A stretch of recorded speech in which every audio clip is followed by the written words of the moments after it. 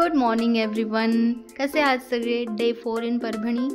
आणि ख्रिसमसच्या सुट्ट्यांमध्ये आम्ही असं ठरवलं आहे की रोज मस्त चुलीवरचं जेवण करूया, कारण गॅस वगैरे तर रोजचाच झाला, पण परभणीला आल्यानंतर हे जे चुलीवरचं जेवण मिळते त्याची खूप अशी वेगळी मजा येते. म्हणून त्या दिवशीप्रमाणेच आज पण चूल पेटवली आणि सगळा स्वयंपाक आम्ही चुलीवरच करायचं ठरवलं आहे. त्या दिवशीसारखंच 2 भांड्यांमध्ये मी डाळ तांदूळ टाकते, म्हणजे वरण भात शिजायला टाकते वेगवेगळ्या भांड्यात. तुम्ही ऑब्झर्व केलं असेल तर ही एक नवीन चूल मी इथे घेऊन आलेली आहे. मला ॲक्च्युली त्या 2 जोडलेल्या चुली हव्या होत्या, पण त्या इथे नाही भेटल्या. त्यामुळे मग मी अशी एक सिंगल चूल जी अवेलेबल होती तीच घेऊन आली आहे. आपल्या विटांच्या चुलीचं पण सेमच काम आहे, पण एक दिसायला छान लुक येतो किंवा मग हलत डुलत नाही, त्यामुळे मग अशी एक चूल नवीन आणलेली आहे आम्ही. आता याच्यामध्ये पाणी उकळलं की भात मस्तपैकी शिजून येईल आणि दुसऱ्या भांड्यात आहे डाळ. दोन्ही छान शिजतंय. इथे मी केलेली आहे भरल्या वांग्याच्या भाजीची तयारी. तर त्यासाठी सगळे वांगे धुवून घेतलेत सगळ्यात आधी आणि कांदा कापून घेते मी बारीक.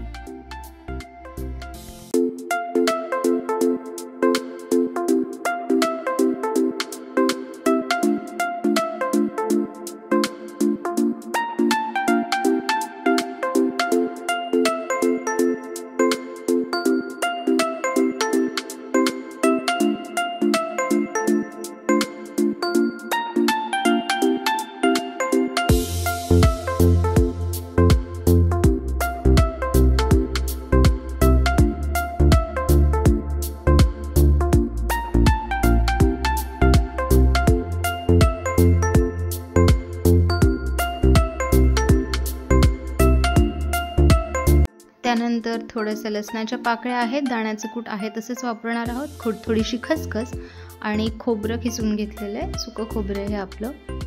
भात तुम्ही बघू शकता किती सुंदर असा शिजला. याला बाजूला काढून ठेवूया, म्हणजे गरम भांड्यात तो अजून थोड्या वेळानंतर एकदम परफेक्ट मऊ होईल, पण त्याला आता आजीची गरज नाही, आगीची गरज नाही आहे. सो मी तवा ठेवला आहे, ज्या चुलीवरून भात आपण खाली उतरवला आहे त्याच्यावर तवा ठेवला आहे, कारण हे सगळे जे सुके मसाले आहेत मला ते भाजून घ्यायचे आहेत वांग्याच्या भाजीसाठी.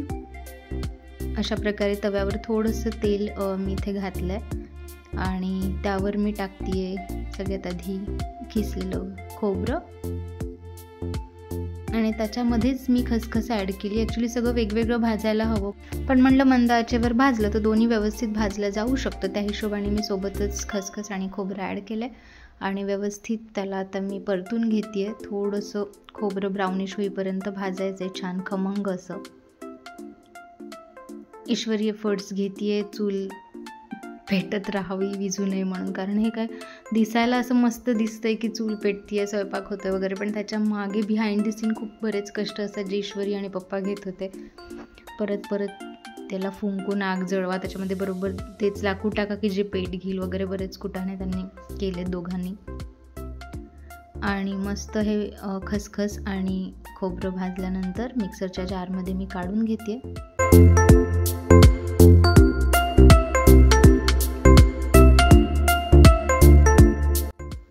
आता परत थोडंसं तेल टाकूया तव्यावर, कारण आपल्याला नेक्स्ट आयटम भाजायचा आहे, जो बघा तुम्ही ईश्वरीचे कष्ट तुम्हाला इथे दिसून येत असतील. माझा आपल्यावरती स्वयंपाक सुरू आहे, पण खाली आग जळवण्याचं काम तिचं सुरू आहे सतत. आता मी कांदा आणि लसूण परतून घेणार आहे. नेक्स्ट जे आपण तेल टाकलं तव्यावर त्याच्यामध्ये हे जे ओले मसाले होते ते पण भाजून घेऊया. शेंगदाण्याचे मी डायरेक्ट कूट वापरते, नाही तर खोबरं खसखस आणि शेंगदाणे पण तुम्ही त्याच्यासोबत भाजू शकता. अशा प्रकारे कांदा पण छान परतून घेऊया, थोडासा मऊ होईपर्यंत. ब्राउनिश, अगदी ब्राऊन नाही करायचा, पण थोडासा मऊसूत व्हायला हवा तो, म्हणजे तो व्यवस्थित भाजला गेला. आणि त्याच मसाल्यामध्ये, सुक्या मसाल्यामध्ये मी आधी इथे दाण्याचं कूट घालते आहे. शेंगदाणे असते तर ते भाजून आपण याच्यात घातले असते. आणि हा सुका मसाला मी वाटून घेतला आहे, तो एका बाउलमध्ये काढून घेऊया.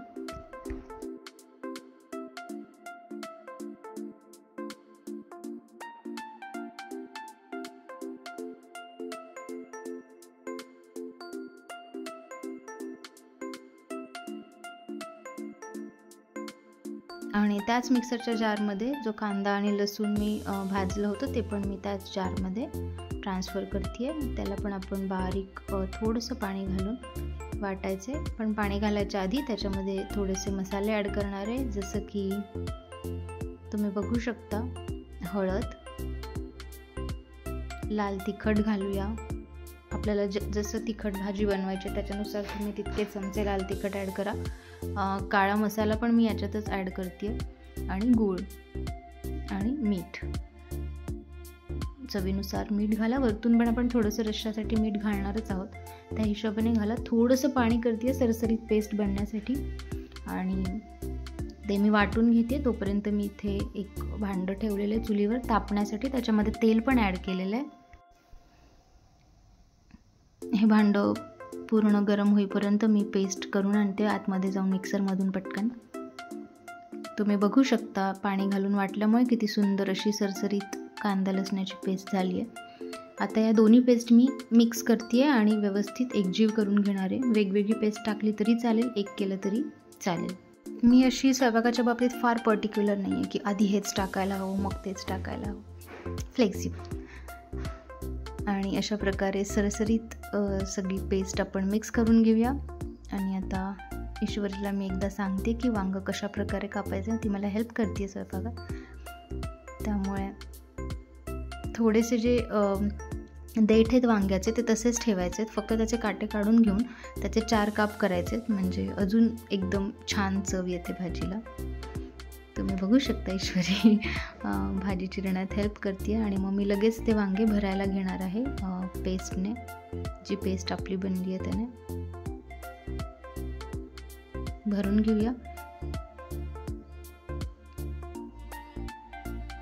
तुम्ही वांग्यांना आधी फक्त मीठ लावून घेतलं तरीही चालेल.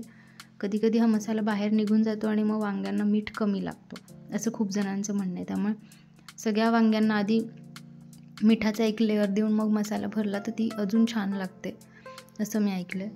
पण तेवढे कष्ट मी नाही घेऊ शकत, त्यामुळे मी डायरेक्ट मसालाच इथे भरते नेहमीच. आधी प्रयत्न केला चमच्याने मसाला भरण्याचा, पण ते फटाफट जे आपण हाताने मसाला भरू शकतो तेवढं चमच्याने येत नव्हतं, म्हणून चमचा खाली ठेवून मी सगळ्या वांग्यांमध्ये फटाफट असा हातानेच मसाला फिल करून घेतले सगळ्या वांग्यांमध्ये. आणि एक एक करत मी मसाला भरून वांगे खाली ठेवते. सगळे वांगे आपले भरून झालेले आहेत. आता तेलही तापले, त्याच्यामध्ये टाकूया मोहरी, जिरे, म्हणजे आपली जी नॉर्मल फोडणी असते ती मी देते.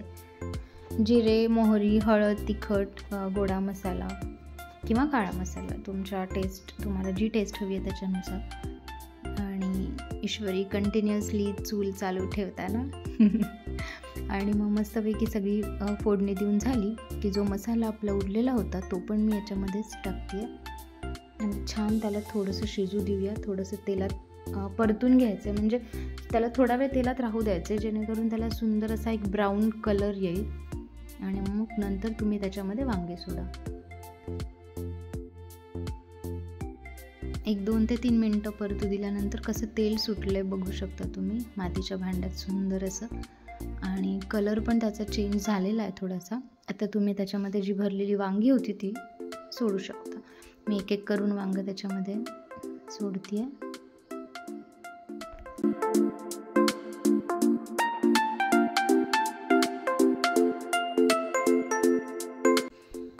छान एकदा परतून घेऊया सगळ्या वांग्यांना, म्हणजे तो जो खाली मसाला आपला आहे तो सगळ्या वांग्यांना छान लेप येईल, त्याचा छान लागेल.